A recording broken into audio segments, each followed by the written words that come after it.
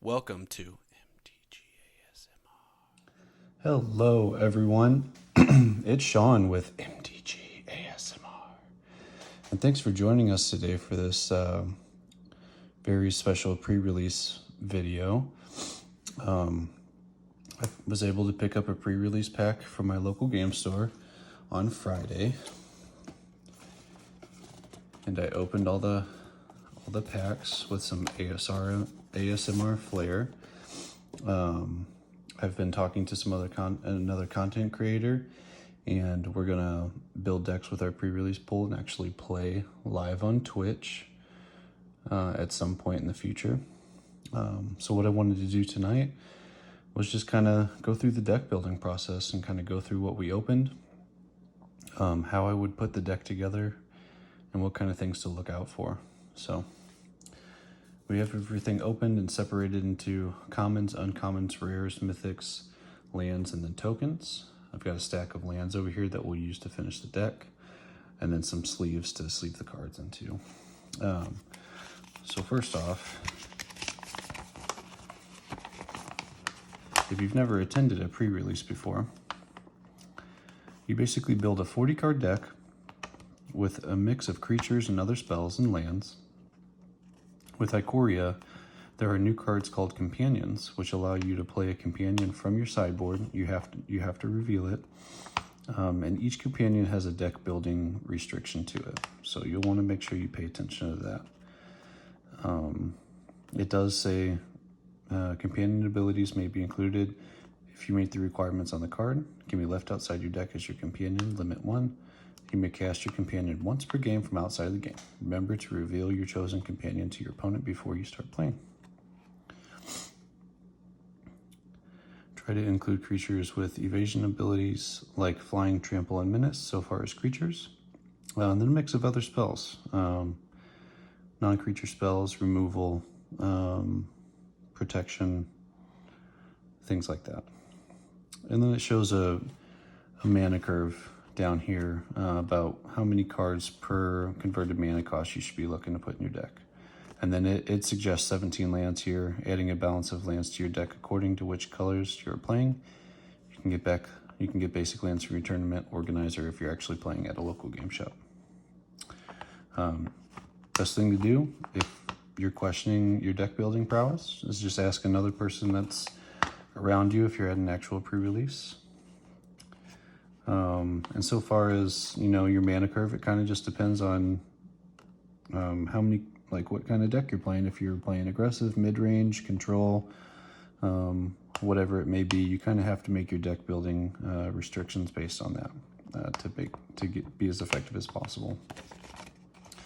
One new mechanic with Ikoria is Mutate, a keyword ability in Ikoria that allows you to combine non-human creatures into your own custom monsters. You can cast a creature spell for its mutate cost targeting any non-human creature you control.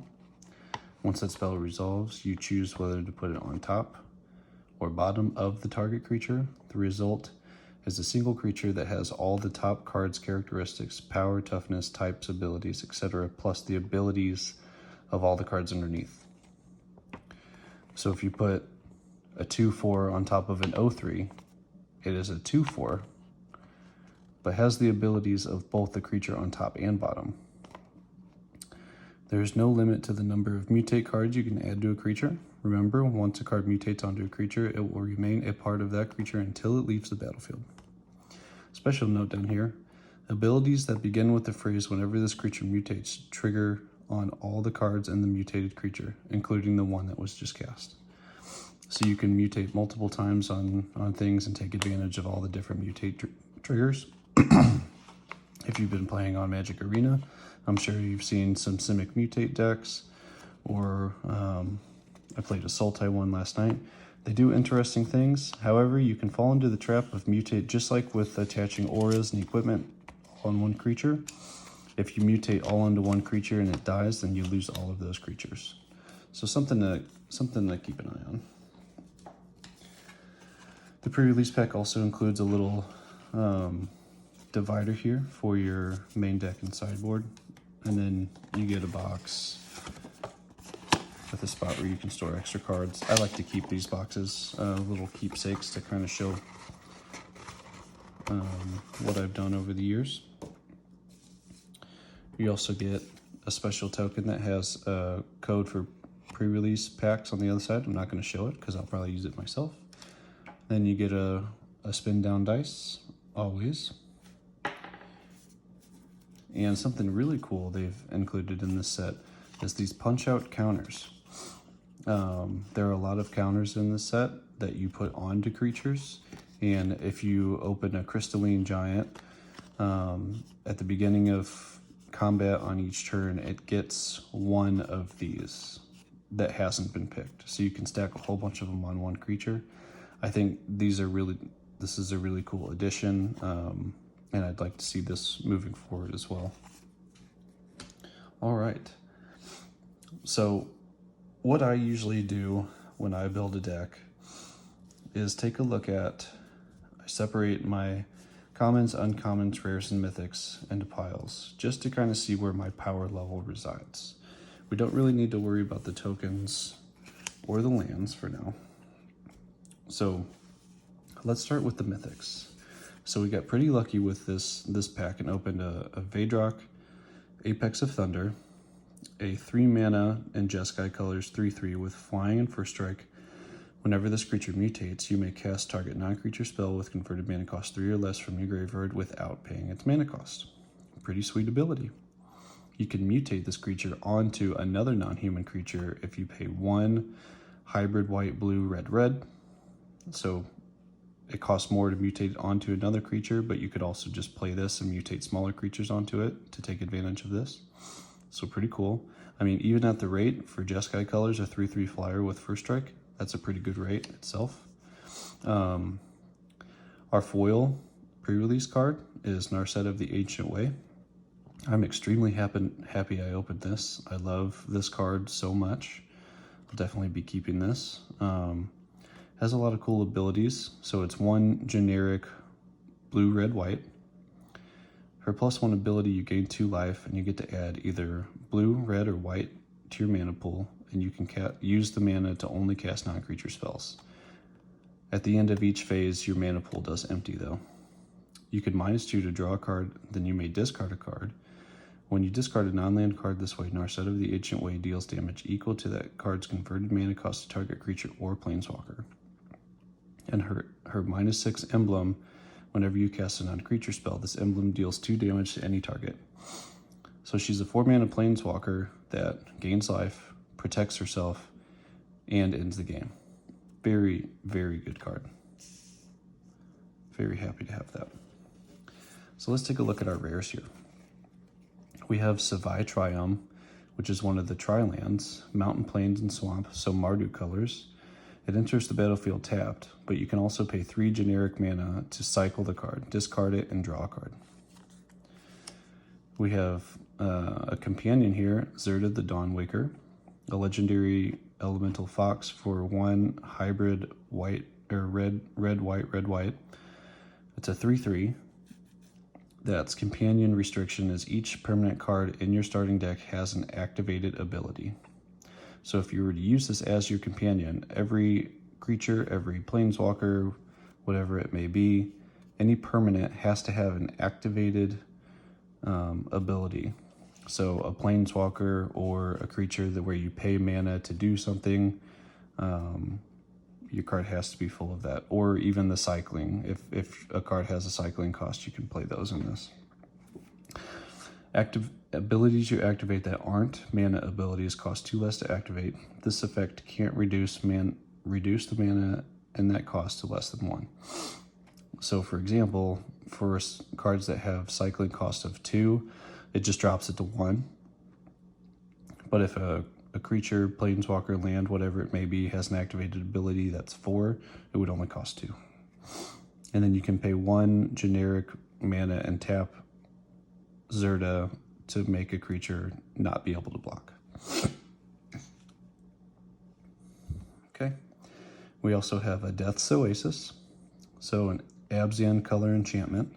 Whenever a non-token creature you control dies, put the top 2 cards of your library into your graveyard, then return a creature card with lesser converted mana cost than the creature that died from your graveyard to your hand. You can pay 1 and sacrifice Death's Oasis. You gain life equal to the greatest converted mana cost among creatures you control. Very interesting card. I highly doubt we will be building anything with this. So we have another companion here. Ikoria, the Orphan card.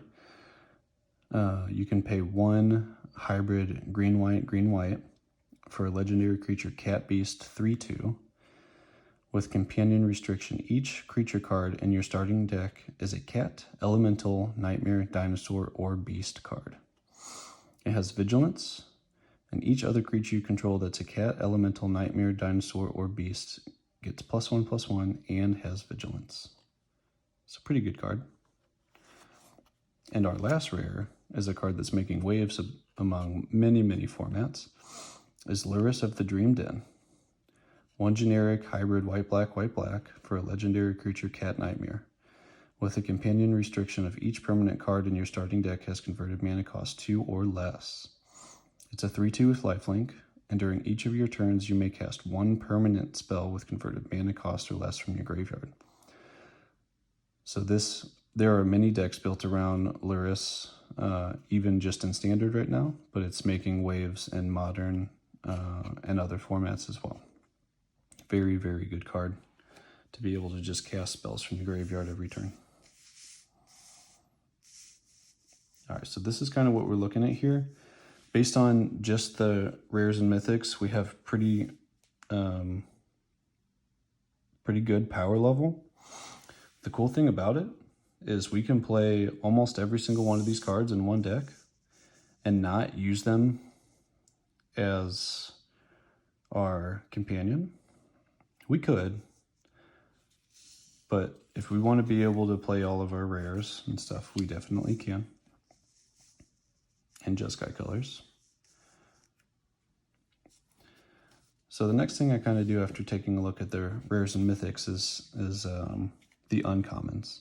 The uncommons are some of your most important spells, especially if you have multiples of them. So what I like to usually do here is actually separate them into their color pairs. So we're just going to do that real quick. Let's see what we get.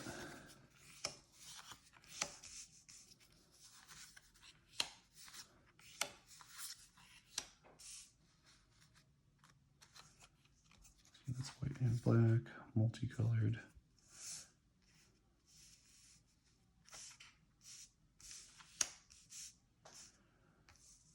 Zenith Flare is really good.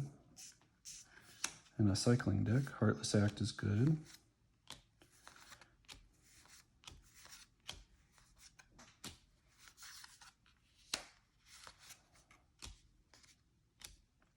All right.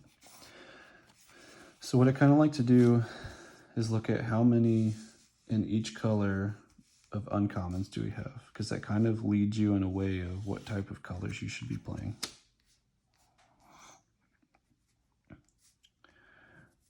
So if we look at our mythics here, we have Jeskai colors.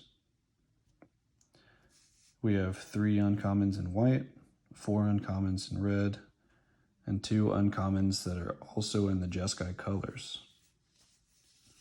So I already have a pretty good idea of what this deck needs to look like.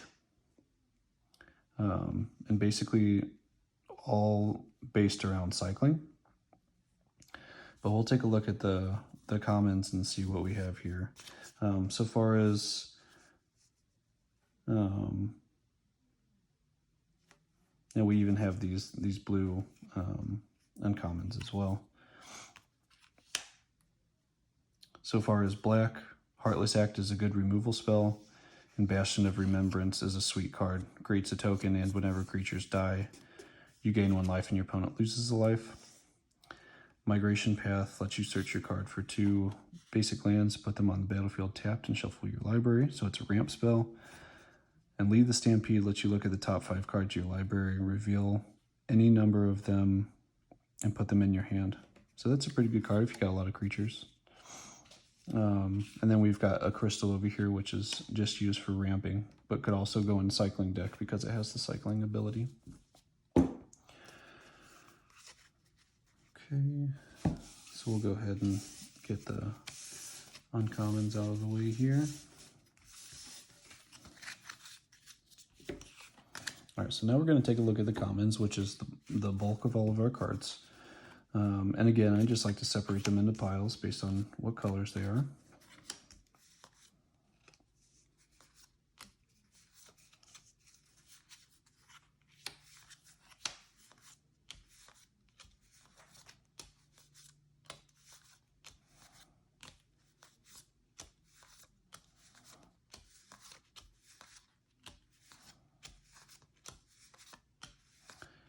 Not sure if anybody has played any limited in this format, but it's pretty fun.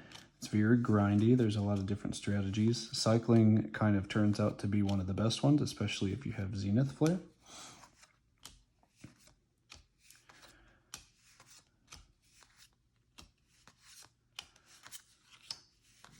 Deadweight.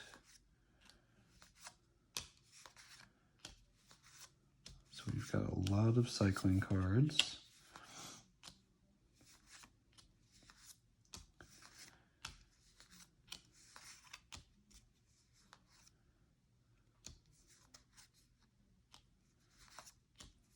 We just got to see if we have the payoff cards for it.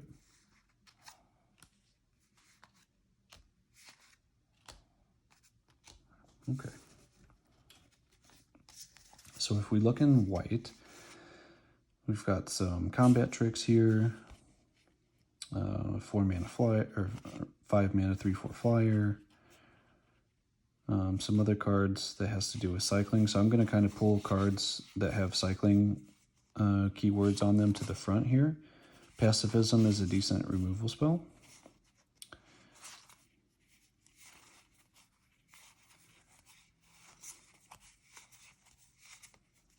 Okay. So same with blue. And what's cool about cycling is you can include every color because a lot of the cards have the cycling ability, even though you don't have to play the actual card itself. Let's see, Startling Development, Hampering Snare, Startling Development, Frustrate Ambush. A lot of these cycling cards are actually in the Boros and Jeskai cycling decks in standard right now, so it's kind of funny. If we take a look at Luris, like if we do some kind of Absian control or something like that, replaying Deadweight from your graveyard is pretty good. So I'm just going to pull those. I'm going to kind of pull all the removal in black to the front.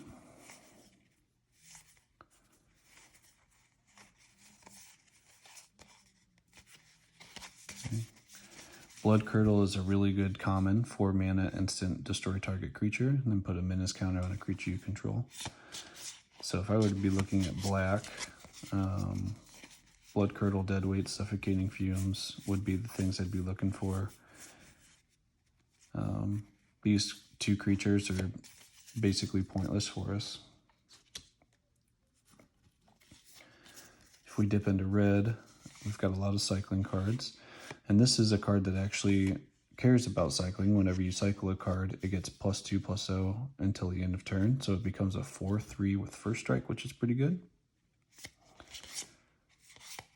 Draenith Stinger is a key card in the cycling decks. Every time you cycle a card, it deals 1 damage to each opponent. And I believe we actually have 2 of those, so that is a really good start. We have more cycling here. Fire Prophecy is a good removal spell. Blood Go for Blood, another good cycling card. So I'm pretty sure we're just super deep into Jeskai cycling. Take a look at green. If we were looking at Mutate, Essence Symbiote is good. Combat Tricks. Essence Symbiote, Ramp. Yeah, so not really much in green. And I don't even honestly think we have much Mutate at all.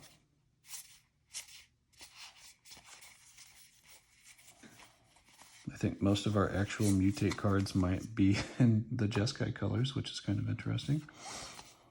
And then if we look at artifacts, we have Mysterious Egg. When you mutate, this creature mutates with a +1/+1 counter on it. And Sleeper Dart helps draw a card, and you can sack it to tap a creature down for another turn. And then we have an Evolving Wilds, which we'll probably just include in the deck just to have an extra land and try to find what we need. So if I'm looking at this, I want Jeskai colors. And if we're looking at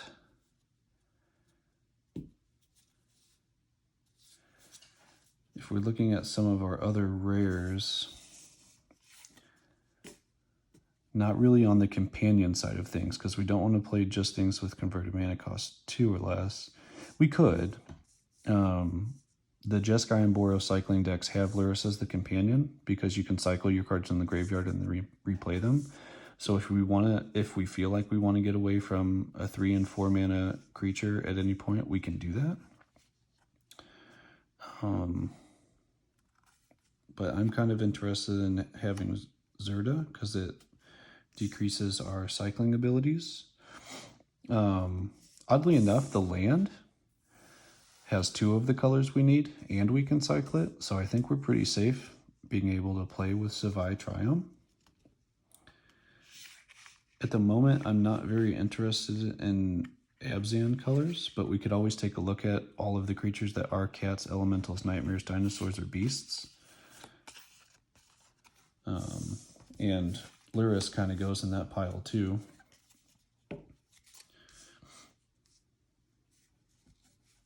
Here, we'll separate those like that because Kahira could be our companion, and all of these cards would fit into it.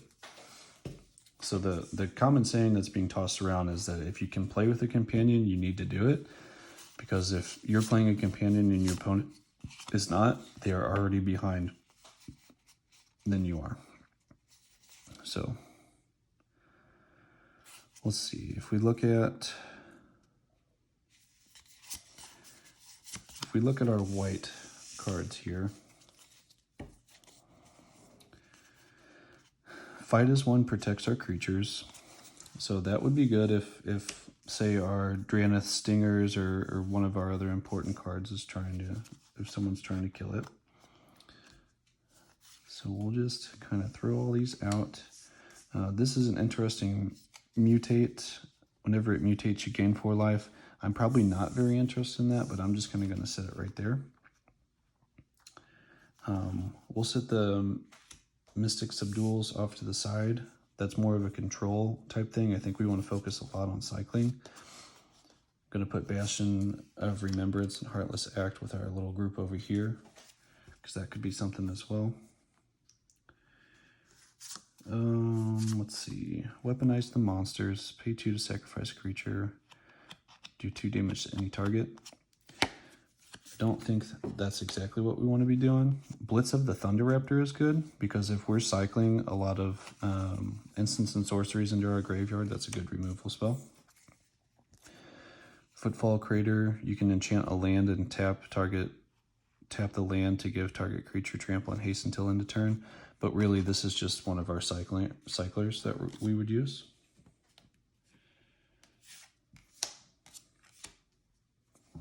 Flame Spill deals 4 damage to target creature and excess damage dealt to that creature's controller instead. So a removal spell with trample on it. Always got to have removal in the deck.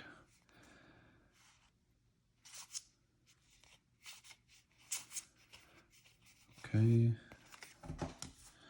So Lore Dracus, a 3 mana creature that mutates for 2. So these pair very well with each other.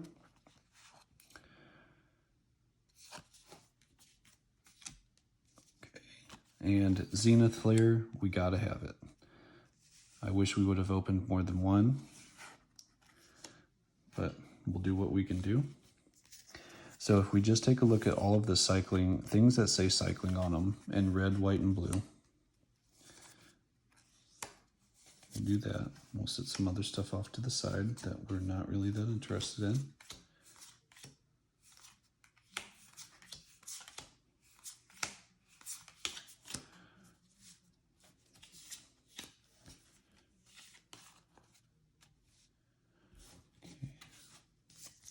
I'm also kind of looking at cats, elementals, nightmares, dinosaurs, and beasts to put in our Ikoria deck if that's something we want to do.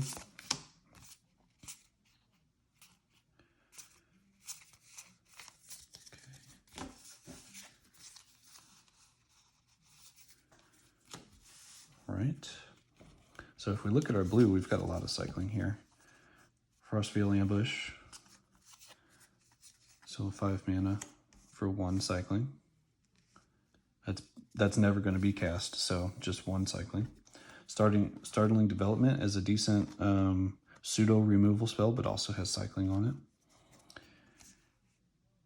Hampering Snare can decrease some power on creatures, but it's also got cycling. I don't think we're interested in a counterspell. One of mine, the spell costs 2 less to cast if you control a human, creature, and a non-human. We'll think about it. I don't know if we're going to be controlling a human and a non-human at any point in time. Don't want the turtle, don't want the crustacean. Thieving Otter is okay as a creature. If we feel like maybe we just need a creature, that could be good. If we look at black, I'm going to put some of this stuff in here for Absand colors.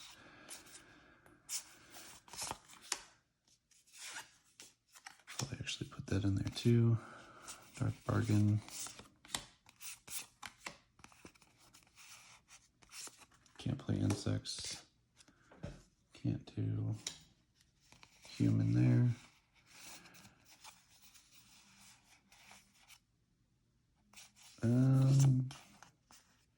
Yeah, I'll just kind of put this pile all together up here. All right, so once we get into our red, Go for Blood, Fire Prophecy, Shredded Sails. This is really where our power is here with the red.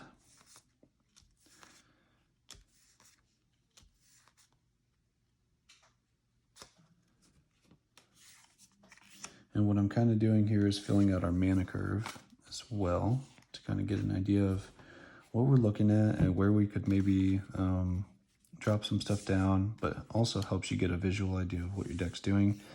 And it's like we may have, when considering how many lands we want, we take a look at our converted mana cost. And we might have some 5 and 6 drops over here, but we're never going to pay this much mana for these.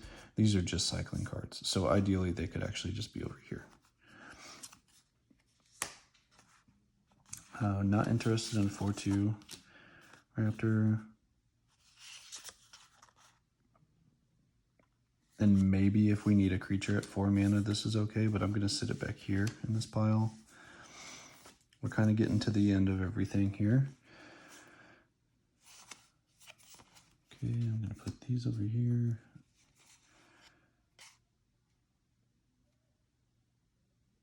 Target human and non-human. Yeah, I don't. Lizard. Human Druid. Beast.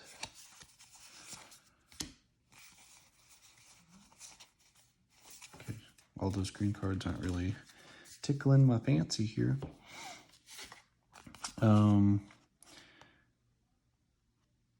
Definitely not mutating onto the Mystery Egg. And we could maybe use this to draw a card, but we have 1, 2, 3, 4, 5, 6, 7, 8, 9, 10, 11, 12, 13 draw card spells plus in our set. So we probably don't need that.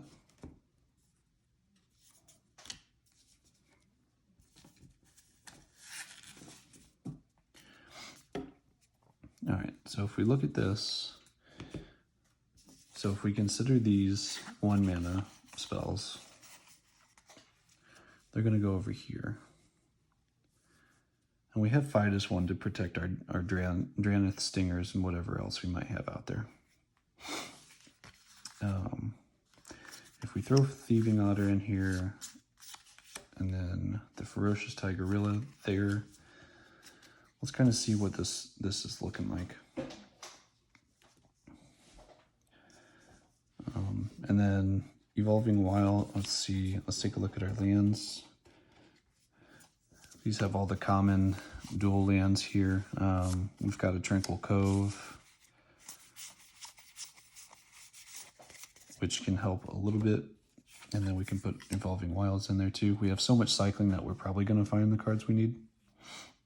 But it's very important to have red when we need it to cast Dranith Singers and stuff. So if we look at the amount of cards we've got going here, 1, 2, 3, 4, 5, 6, 7, 8, 9, 10, 11, 12, 13, 14, 15, 16, 17, 18, 19, 20, 21, 22, 23, 24, 25, 26, 27. So we won't count the lands. 1, 2, 3, 4, 5, 6, 7, 8, 9, 10, 11, 12, 13, 14, 15, 16, 17, 18, 19, 20, 21, 22, 23, 24, 25. So 25 cards. 25 cards. We're building a 40 card deck. That would put us at 15 lands. We have the ability to cycle. So we're going to find lands. I would honestly say that 15 lands is probably okay. We could also take a look and see what is the card that we don't care about cycling about, and maybe if we have to actually cast it, would it be useful? So we definitely want the Stingers, Shredded Sails. So I'm kind of thinking that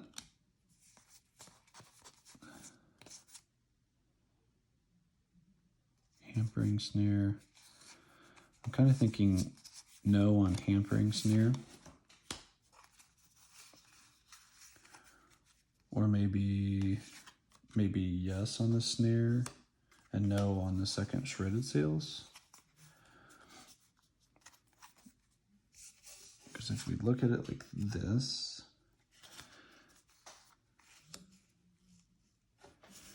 then if we take a look here, so whenever you cycle a card, tap target creature an opponent controls. When Thieving Otter deals damage to an opponent, draw a card. So we're probably not going to be attacking too much. So Prickly Marmoset, Flame Spill. So as we get to the higher part of our curve, we've got our most powerful cards. I would be very interested in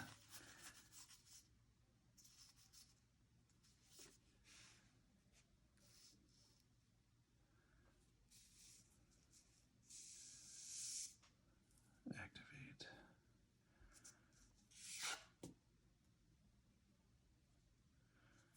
Okay. It'd be very interesting to have Zerda as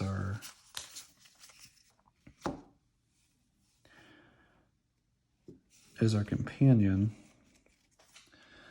but I think a little bit of the mutate here, yeah, no, it's not really worth it at that point, but I do think having it as a creature is good. So if we look here, 1, 2, 3, 4.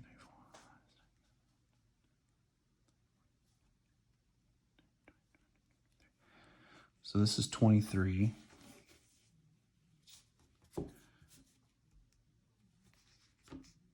Unless I counted wrong. I very well could have counted wrong.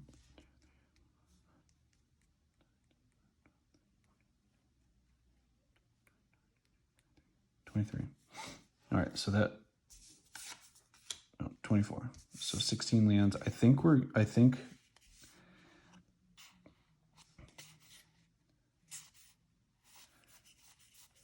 16 lands.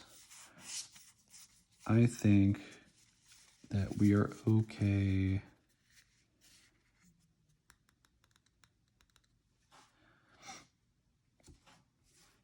with 15 lands. What do we think about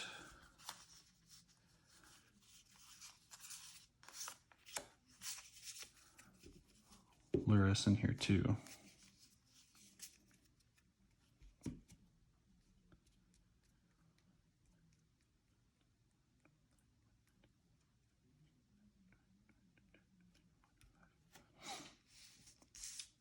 So 15 lands. I think we're gonna do this. No companion, but we have 2 companions in the deck. Whole bunch of cycling cards. Narset at the high end. Zenith Flare as the killer. So then after we have all of the cards we want to play set up, I like to separate them into color.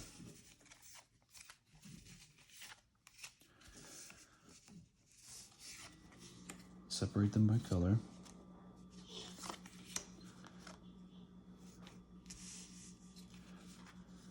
See, we're going to count this one as just white. This one's going to be white and red, red and blue, red, blue.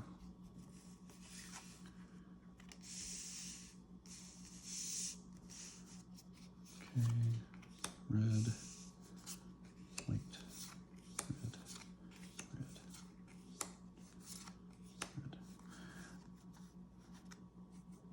And we'll probably have a very small amount of islands.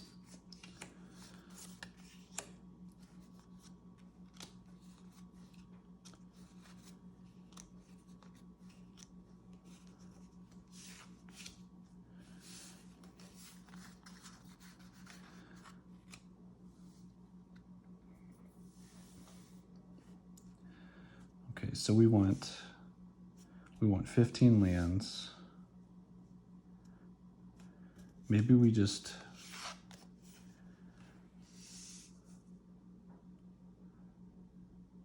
so it's going to be base. What things are we actually wanting to cast? So base red with probably equal blue and white. So blue, white, red, white. 15 lands.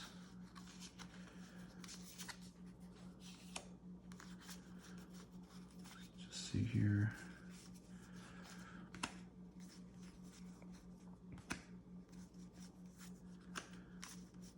So if I wanted to do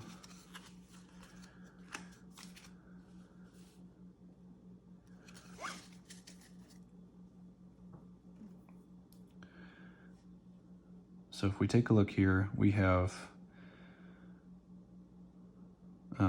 mana symbols 1, 2, 3, 4, 5, 6, 7, 8, 9, 10, 11, 12, 13, 14, 15, 16, 17, 18, 19, 20, 21, 22, 23, 24, 25, 26, 27, 28, 29, 30, 31, 32, 33, 34. So what we want to do with 34 mana symbols is match up the percentage of how much red, white, and blue is in those 34 mana symbols. So 1, 2, 3, 4, 5, 6, 7, 8, 9, 10, 11, 12, 13, 14, 15, 16, 17, 18.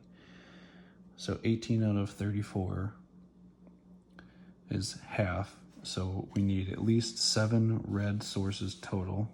So we have 1 in the triome, 2, 3, 4, 5, 6, 7. Okay. So 7 out of 37.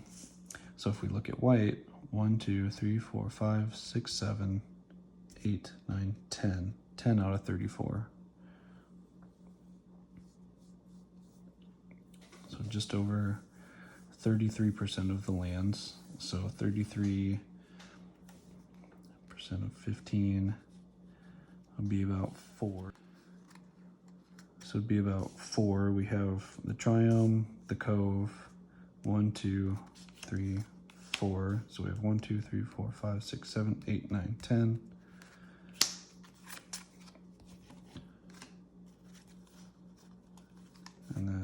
1, 2, 3.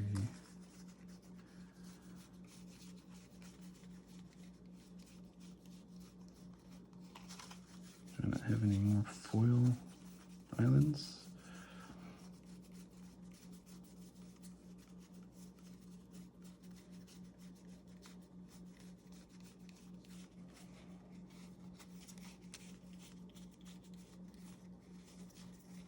Fine then. I guess I'll just use one of these Theros ones. Alright, so we have 1, 2, 3, 4, 5 blue sources. 1, 2, 3, 4, 5 white sources. 1, 2, 3, 4, 5, 6, 7 red. 1, 2, 3, 4, 5, 6, 7, 8, 9, 10, 11, 12, 13, 14, 15.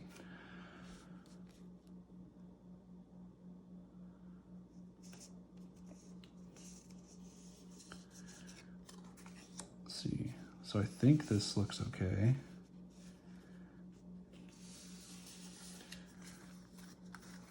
So plains,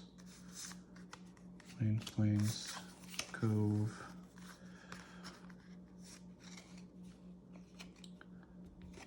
Yeah.